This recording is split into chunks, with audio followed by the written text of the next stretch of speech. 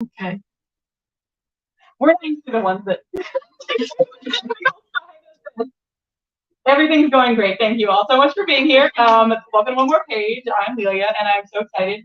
I love witchy romance books, and we have two fantastic ones here that we're going to talk about. So I'm just going to do a quick spiel, which I'm going to cheat because I did print out some notes. Sorry. Just a quick introduction before I let them take things away. April Asher, also known as April Hunt, when she's writing more suspense-filled romantic adventures, lives in DC, in the DC area. With her college sweetheart husband, their two children, and a cat who thinks she's more dog and human than feline. By day, April dons dark blue nursing scrubs and drinks way too much caffeine. By night, she still consumes too much caffeine, but she does it with a laptop in hand and from her favorite side of the couch. I thought that was really relatable. Check out the romantic suspense series Steel Ops under April Hunt, but today we're celebrating the release of Not Your Ex's Hexes, which starts out with a one-night stand between a willful witch and a broody half-demon. For those who don't know, book one in the Supernatural Singles series, Not the Witch You Wed, which is over there if you do not own a copy, or would like to buy it for any of your friends, makes a great gift. It involves a big relationship between a magicless witch and a wolf shifter, which inspired some great stickers that go with that one too. I will say the wolf part in particular. Also, just a quick note to follow April on social media and subscribe to her newsletter. It's fun. I recommend it highly. So thank you so much, April, for coming for this special day to celebrate the release and for being here with us and for coming. We did a virtual event for your first one, so now we can actually celebrate in person. You guys for my weekly class. I appreciate the support here. And we also have sharing with us today Avery Flynn, a USA Today and Wall Street Journal best-selling romance author who has written over a dozen romance novels. But I think Witcha Gonna Do is the first. Yeah, I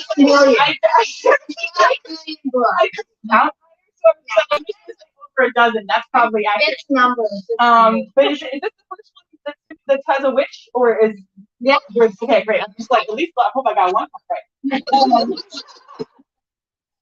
So Witcha Gonna Do is also here, as you can see, beautiful cover. And it's the first, yes, that's the first one of yours. And so go look up Avery's other books, go read those as well. Buy several copies of What You're Gonna Do.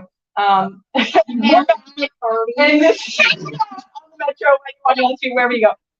Avery has 3 slightly wild children, loves a hockey-addicted husband, and is desperately hoping someone invents the IV drip. She lives outside DC with her family. And it includes several pet yeah, I love, and you have some hockey-related romances too, which I hope your husband helped you, do some fact check on the hockey element. And then I was unfortunate enough to have to go to several games for research. You won't get it that way. You know.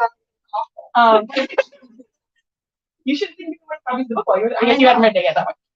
Again, follow Avery on social media, and you can join the reader group, the Flynn Bots, too, if you want to get special sneak peeks, prizes, early access to her latest releases. So What You're Gonna Do is out now, and if you're not intrigued by the idea of magical heist, enemies to lovers, and a unicorn shifter, I don't know what to tell you, but I think everyone should be really interested in that. So thank you so much to both authors for being here. I'm going to you today, and then we'll do a quick Q&A, and then signing, and here we go. I'll be back here. Okay, thank you. Thank you guys so much. Yeah. All right. So if we started, you started? Yeah, you go for it. All right. So what we both have, which is really funny, is that when your first book in the series came out, Not Witch You Wed, you asked me to do a blurb, and I was super excited for this. And I opened up the book. I was in the process of writing this book, and I opened up the book, and I went, "Oh, she's Irish. Oh, she doesn't even have Irish. Oh shit." So I had to turn you down. So I was super excited when you asked me to come do this with you for this book because, yeah, it's good to be back in the good graces. I'll go ahead and tell you, I can't read it. You're good now. So this is the second book, and I have to tell you, I was reading it last night while at the boxing ring with my youngest child, who's doing boxing. From Legos to boxing, it's like totally a linear line. But I'm reading it and I was laughing my butt off. And one of the things that I loved about it and that always gets me is a matchmaking mom. And that is how you open the book is your main character is avoiding her mother. So as you know, everyone's done except for my children. So, tell us a little bit about matchmaking mamas and what makes them so much fun. There's just something, matchmaking mamas and grandmas too. Yes. There's, something to like the Nelson family members. There's just something about it because you know that they have the best of intentions, usually. But those intentions usually just don't align with what you want. They try, but it just doesn't, Yeah.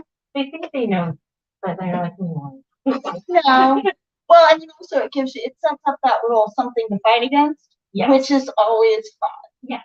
Because who wants to fall in love because her mom tells you? Yeah. And then you avoid who she wants, and then you hook up with a hot demon veterinarian, right? Yes. And it's blooming and like really big. Yeah. So which is kind of like avoid all those setups, and then you can find yourself I think that's the moral of the story. I like that. I think that's a good one.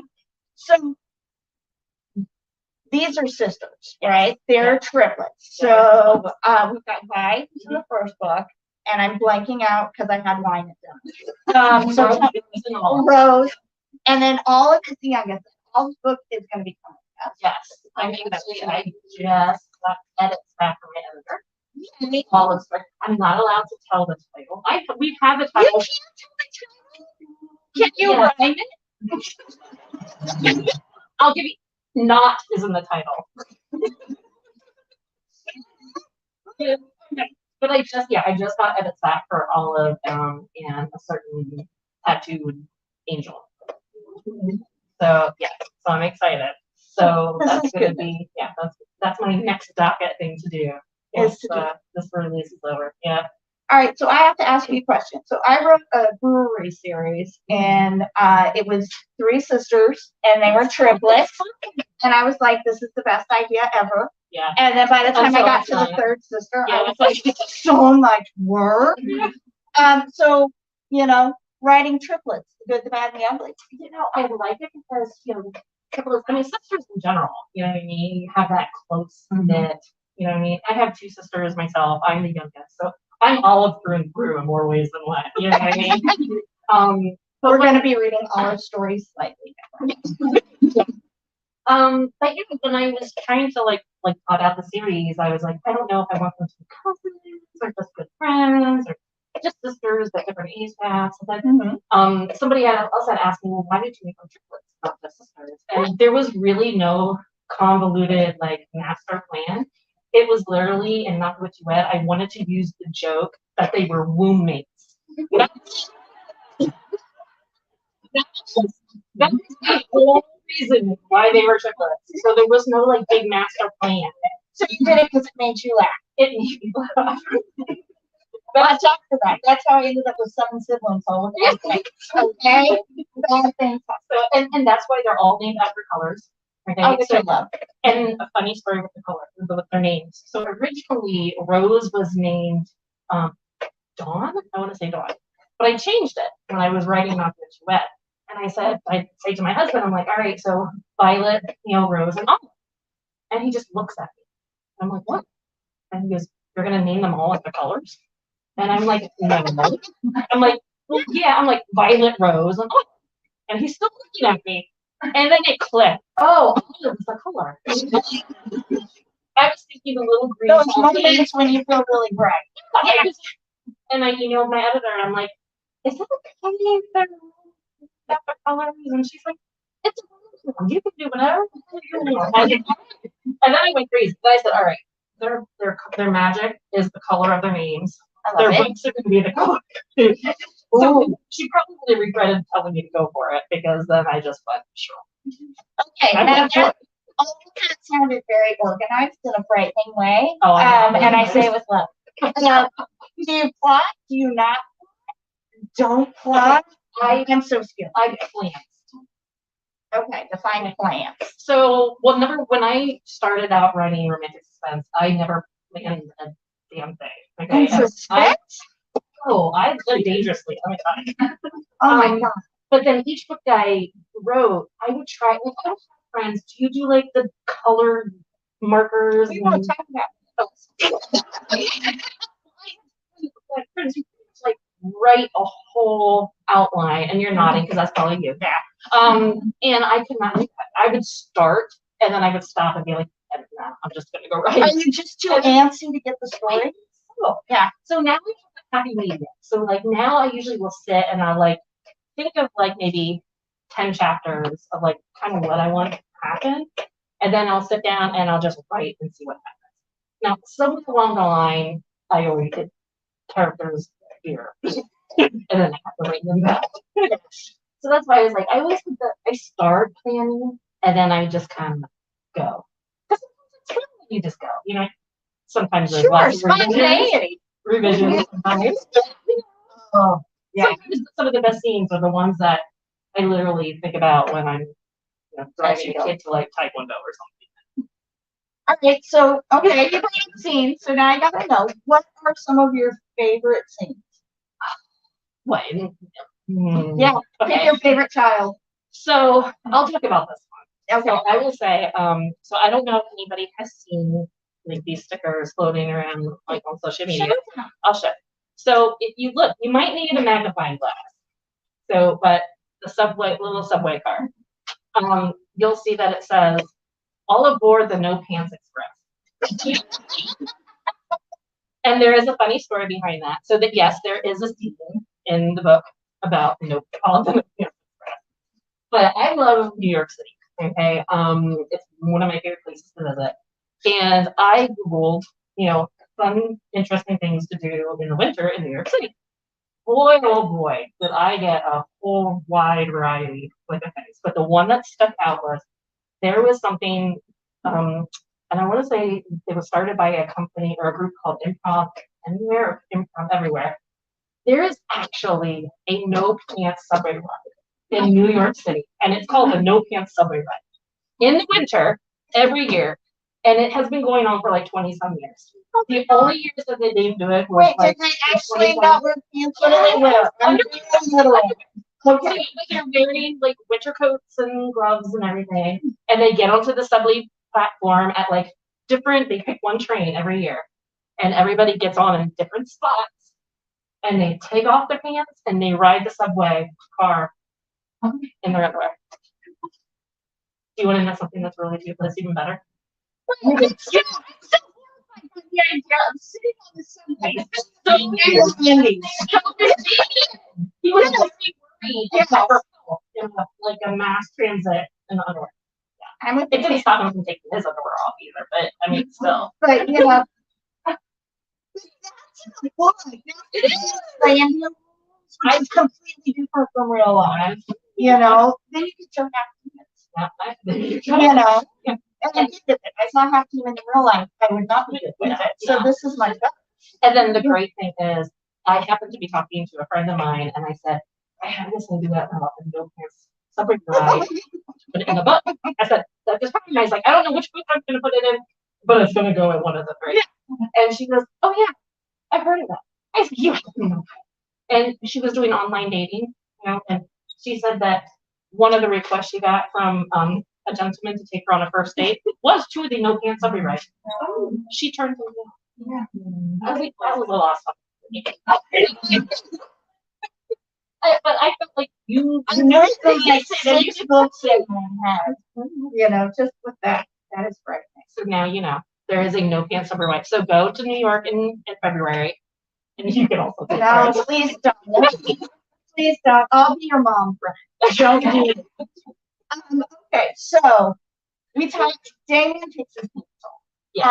All right. Which brings us to one of my favorite lines in the beginning part of the book, which there is an obvious attraction, immediate attraction. They have a one-night stand. And then she's bewitched and bothered after this. He's gone from the scene. And one of her friends, who's a succubus, which I Harper. Yes, we all love Harper. And she says, to quote the sex demon verbatim, "You're extra horny lately." Which made me laugh out loud in the middle of boxing, which was really awesome. So thank you. Okay, well. But what is it about sort of that fine line with rom-coms where you're writing both the attraction and the wanting and the not getting and the kind of wanting and the going towards there that you enjoy. Yeah, but it's about the tension. No, there's just something delicious about like that build up. You know what I mean? And especially if they have like that frenemies, like they don't get along. You know what I mean? Yeah, they had the one night stand, but you know. And then she tried to steal his horses. Yeah, then she tried to steal his horses, and then that was frowned upon. Yeah, they didn't really get along after that. So yeah, all about the attention. You know what I mean? Yeah. And then especially if you add in that they really obviously like each other, but they don't want to like each other, and so that just adds more tension, and then more tension, and then eventually because it's a Romeo, that tension's gonna. So it's like what is it? Chekhov's gun. It's the nicer version. It's the orgasmic version of Chekhov's. Yeah. I like that. Yep. And then Rose, she's been kind of, she's been very, what should we say, reserved her whole life because she's been expected to be one way, and now she can do whatever she wants, and so she has like that late in life rebellion. All right, so let's talk a little bit about Rose and Damien. When you start thinking about your characters, do they come fully formed in your head? Do you sit there and do that stare off into the distance, which is still technically working thing? How do the characters come to you, and how did these two come to you? I think it's different for every character, like in every situation. Like Rose, I knew kind of right away because I knew Violet, and Rose kind of developed. I played off their personalities because they're all different, So that's why Rose. I became the fun one. Rose became the serious one, and Olive is like the dependable one, right? Okay. So no, I'm just saying foreshadowing here. Olive's the dependable one, so all hell's gonna break loose and look great, right? Yeah. Which is Olive, so I'm thinking like army green olive. Yeah. So all of that makes sense. I know that makes you feel better. It does. Yeah. And I just lost my train of thought. What were you about? How Rose came to you and how Damien came to you and sort of how you sort of fit them together like puzzle pieces. Damien took a little longer. Like, I knew I wanted like a she's not saying sunshine. I call it like grumpy, stubborn more than sunshine. Yeah. But he actually, when I first drummed up the idea and gave it to my publishers, believe it or not, and I did it on a dare because a friend of mine was joking with me. See, this is why you'd never joke with me, okay? And my husband knows this because I will do something. She said, all snarky, like, you can make a hero who's like a demon cowboy. And I'm like, done, right? So initially, in the first idea brainstorming, he was a demon cowboy. Okay, but I did change it to kind of suit the situation and Rose a little better. So that's why now he's a demon veterinarian. I love that. Animals. Likes animals better than people. Okay. So we like him already because we understand that. Yeah. So yes, absolutely. Okay. With witchy rom-coms, you run into like if you're writing suspense, sometimes and you don't plan because you're I live dangerously. Yes, we do. But sometimes you back yourself into a corner, plot-wise, writing-wise, and you have to come up with some logical way to get out of it. And it's annoying sometimes, especially if you're like, well, why don't they just call 911? And especially when your editor calls you out and it edits, and you're like, well, why did this happen? And you're like, it just did. It just happened that way. Just go with it. But when you're doing magical romance and witchy romance, you can do a spell. So, did you take advantage of that lovely little out? And did it sometimes complicate things? Yes, it did. Tell me about that. I'm trying to think of one instance where it happened, and I think it was more in Not Witchy Wed. And it had something to do with the archaic rules that they put on Violet, like you have to be witch bonded, and then I remember my critique partner going, well, why that age? I don't know. It's that age. That's just the way it is. And that's one thing, in romantic suspense, everything has to happen for a reason. Everything, it's a streamline effect.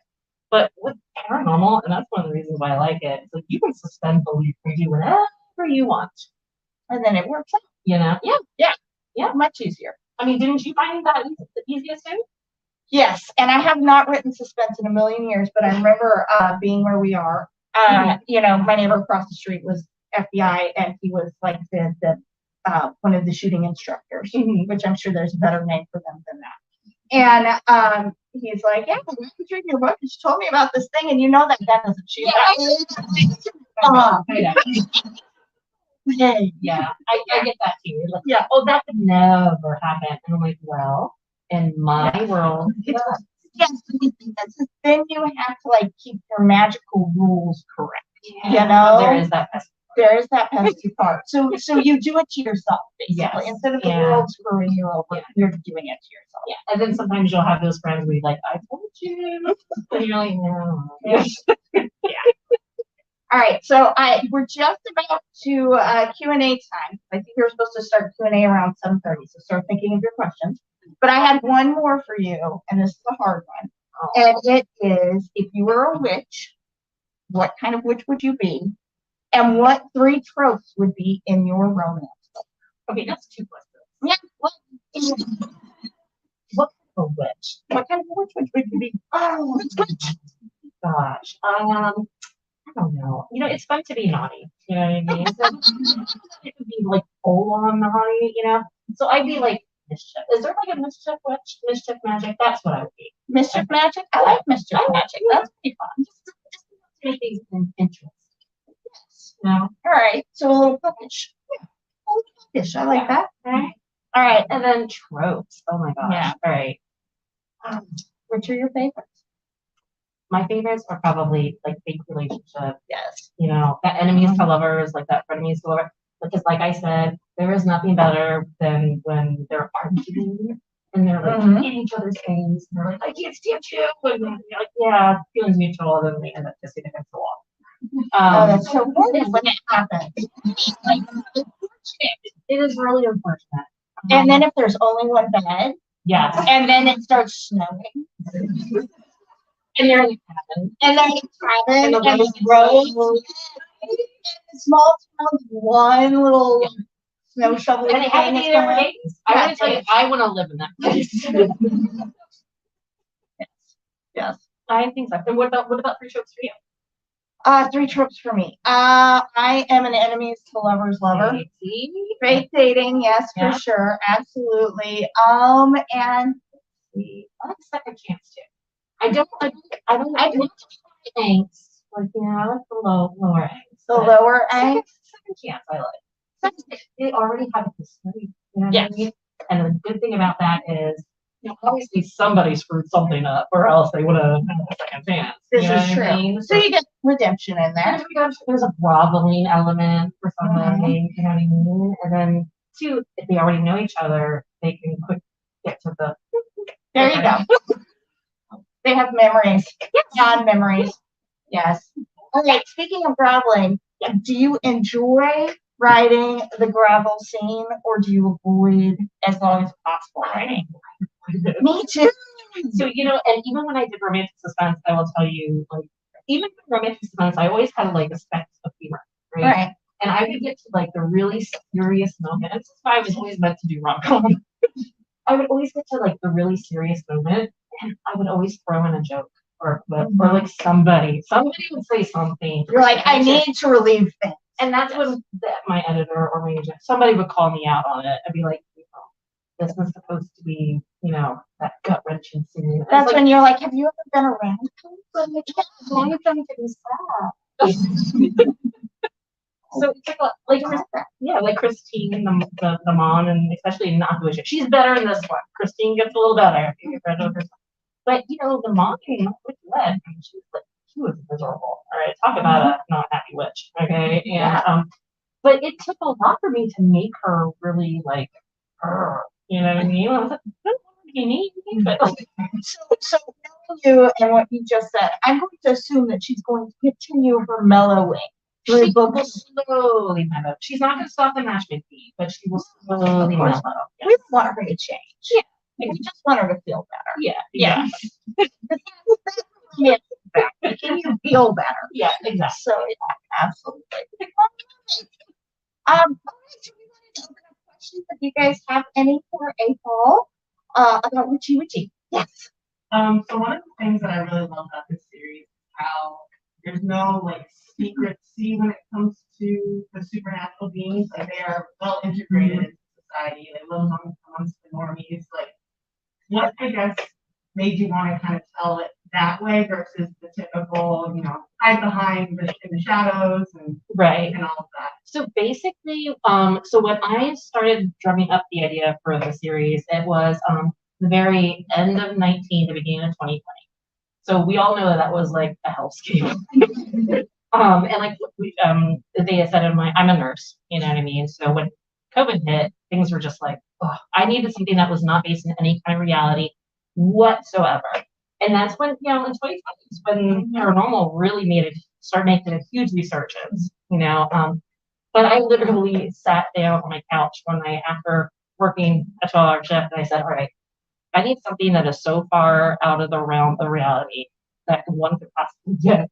And I was like, okay, well, what about if, supernaturals were out in the open? You know what I mean? The guy, and then I was like, ooh, New York City, the flasher guy. I was like, what if he wasn't flashing yet that, but he was flashing your fangs, and then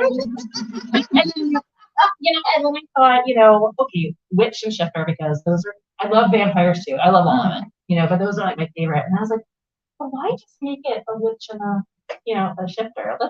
And then I just literally, I was like, all right, I love reading angel stories, demon stories, shifter stories, vampire stories. And I was like, all right, they're just all there.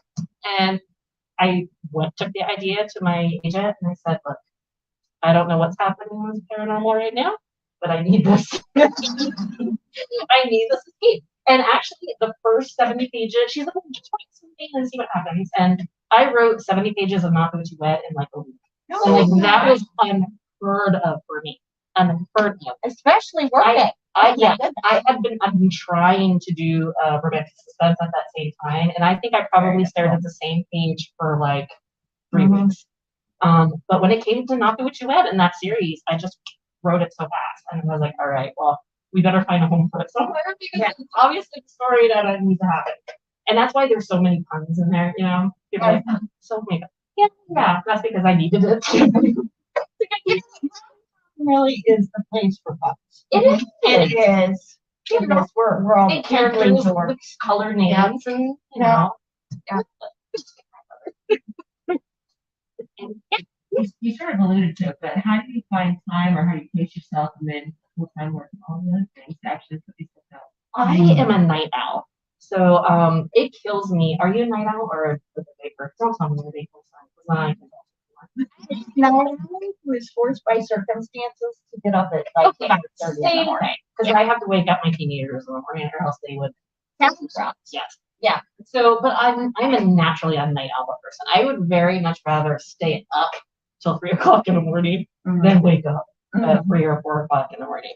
I don't know how my husband gets up every day so early, like as he does, because that's not for me. And that's what I usually do most of my writing, honestly, now my kids are a little older, so they're out of the house, so I can write during the day. But I don't know, something about my brain works better at night.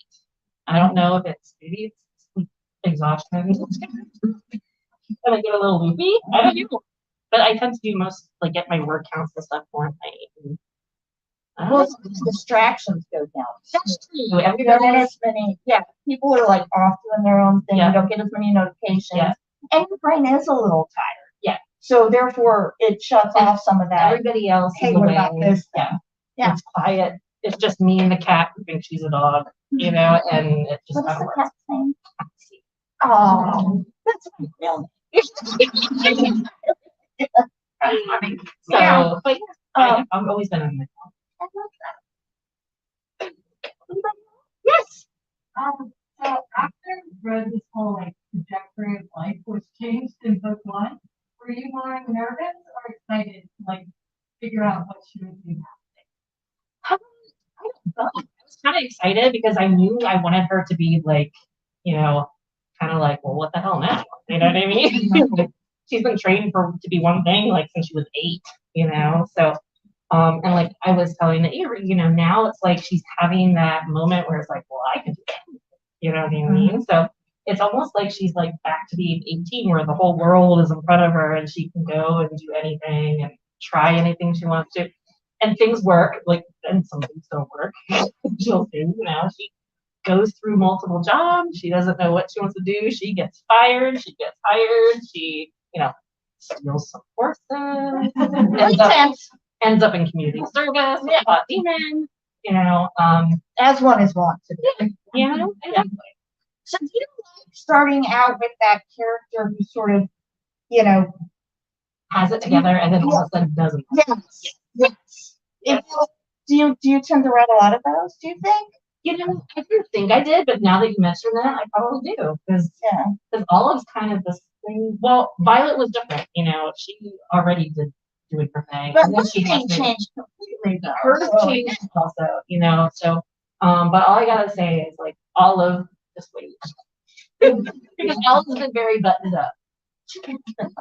Yeah. And, you were saying about how, in the book, something about you're very horny lately. Yes. I have noticed, and I don't know what about my life and my writing style has changed, but I've noticed that each book I write now, like, my romantic suspense is very steamy. Okay. That's right. And then it kind of switched with Not What You Read. But each supernatural singles book I write, they tend to get a little hornier. Do you think you feel like more comfortable in that world? So you're not as world building as much? I think it might be the whole, Going deeper and loosening Rose up, so give her a half demon, because why not? Yeah. So if you think of that aspect, just wait until, like, Olive, because she's really buttoned up, and then it's an angel with tattoos. So why not? I just say. And sometimes romance gets a hard time. Okay, romance gets a hard time a lot of the time, but sometimes it specifically centers around the steaminess or the sexuality of the characters. Do you find that writing sex scenes and writing sexuality also gives you a different way to explore that character, just let that character grow, to show that bond developing? Exactly. And two, every character is different, like Rose might be extra horny, hornier than Violet. But that's Rose, and Olive might not be, she is. It's just that's why, so the book's title is Not That Horny. Yes, opportunity. It really is. I'm sorry. But it's just like life. Everything is different, and everything is open possibilities. Open possibilities. Yeah. So we know there's 3 sisters, 3 books. There are certain subjects.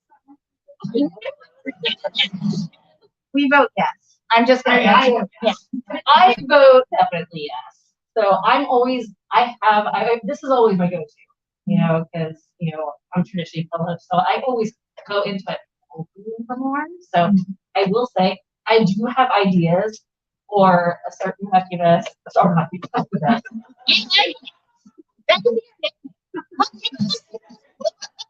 I do have ideas for Harper, and a certain shifter. And then I have ideas for Gage, and I have ideas for you'll meet him in here for a third one.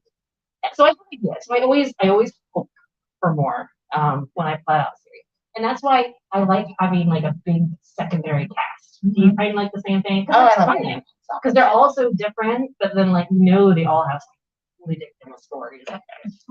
Well, and it also gives that found family feel to it, which I always love. Yes. Okay, so as a reader, I love reading and picking out who's getting a book, right? So, we're romance readers, so we know, we're like, well, that one's coming. That one's coming, I know. When you see do you write that way? Do you write thinking about it? I do. You do? I do. See, you plan, you just don't write it. Yeah. Someone will sneak up on me. You know what I mean?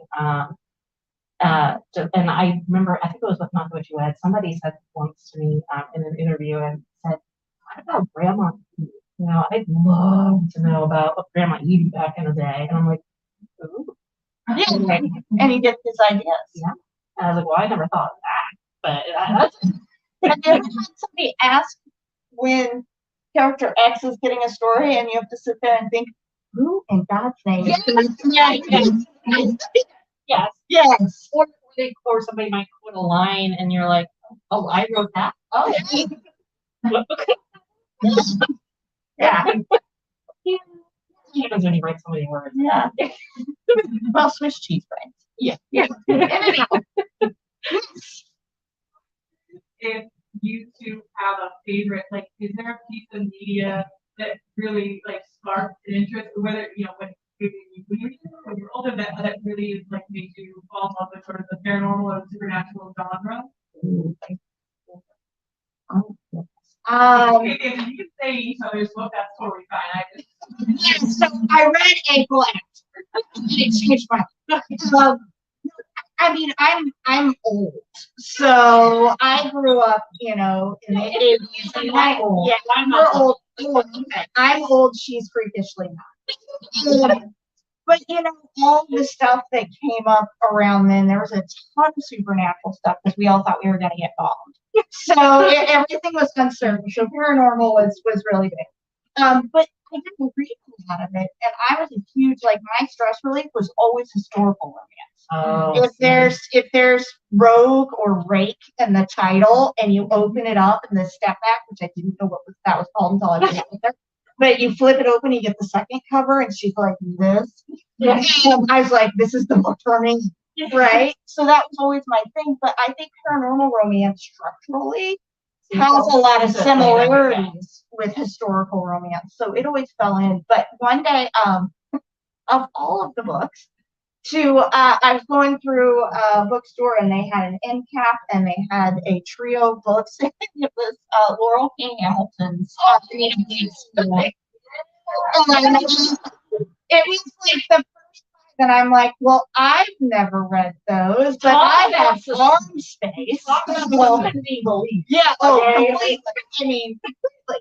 And they're not called romances. They're definitely a big romance substructure, but it's not a romance technically. But that kind of got me back into it. And then I also love urban fantasy.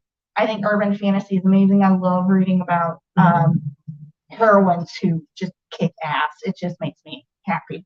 And I've always loved paranormal. But paranormal was actually my first love. Really? Yeah. Even as a teen, and okay, I'm gonna date myself, but now you're gonna find out I am old. But I was the hugest Vampire Diaries fan before Ian Somerhalder. Okay, when the books first came out. I was the hugest fan. I love Buffy, I love Charmed, I love all those, and Christopher Pike, or I devoured everything. And then it just so happens that when I fell into publishing, publishing trends, they come and go. Yeah. And when I fell into publishing, paranormal just wasn't quite in. And that's actually how I stumbled into romantic suspense first. And then every couple of years when it came time for, all right, well, what are you going to work on next? I would say to my agent, what about now? And I'd always get a, no, not just yet. And then 2020 came along and I told her, I was like, I don't care if now is now the time or not the time. It's time for me. It's been percolating. Yes. So, but yeah, paranormal for me has always been my first one. It's always so much fun. It is fun. Well, and it's paranormal is fun because you get the action, you get the romance, you get a lot of it's a busy book. Yes. And I love authors who, do a lot of angst and a lot of description, but a lot of times I just need that. I need a busy book. Yeah. I need a book that's bam, bam, bam, bam, bam. Yeah. And that's when you go to those books. And that's why the long Hamilton say. Oh my goodness. Yes, nobody's ever read. Boy. I think I made it 12 books in it before. Yeah. I swapped. Yeah. But I'm a rabbit hole reader. Do you rabbit hole read? Yes. Yeah. Anybody else a rabbit hole reader? Yes, you are people. All right, new question. Yeah.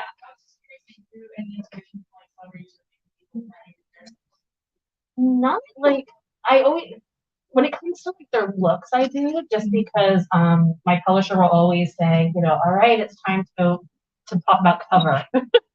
So I always like try to have somebody in my mind. So I want to say for Not the Witch You Wed, it was Ashley Graham for Violet.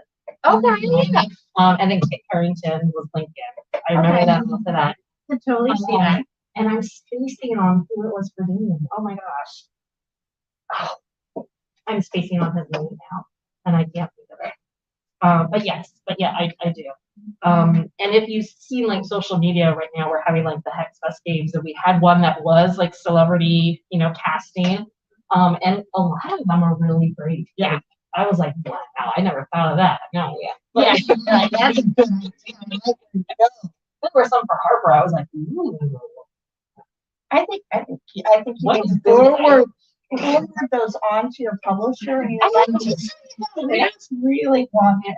And recently I just sent the cover inspiration to my publisher for the third book. And I was like, Okay, so you can't tell us the name and you can't tell us anything about the plot. it'll be green. So you my favorite color. Thank you. And have not in the title. And I'm not in the title, but can you give us your celebrity people that you just sent them? The celebrity for Bax was actually a random model. He was a random model with long hair and stuff, but I always say he's a cross between like Jason Momoa and the man handgun guy. Rock something. You're talking about, yes, He's literally got famous for video and himself putting his hair in a how handgun. he did his man Yeah. So that's that. And the original one that I had for Olive was if everybody used to watch the CW show Arrow. It was Felicity. It was Felicity stuff. All right, we got some good out of her. Yeah. So we're done with I think we're probably at time, but hopefully if anyone's getting book signed, you can ask more questions there. Sorry, do you want to do there a final? So we do have two things. Okay. So hold on, I have a client down here. All right. So here we have. I know these are all chairs. What was it you feel so tall for that? So we have a bride to be. So Avery and I have something for you. All right. You have it over here. Yes, it's right there. It's the book bag. Oh, okay. Just a second. All right, you want to hear that one? Oh, sure. All right. Okay. So when the store company told me that we were going to have a bride, I literally went right to my search engine. Oh, we didn't talk about search engines. And, No. yeah, I'm surprised FBI hasn't been to my house. So this So now you need to open. I know it's not as good. I you, and that's good one.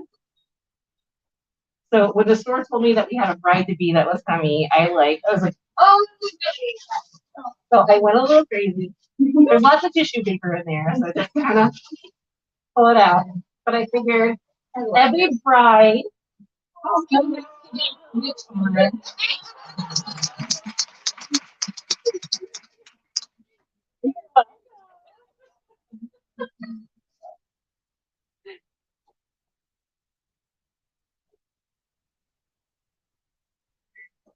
Like a hot man on the cover.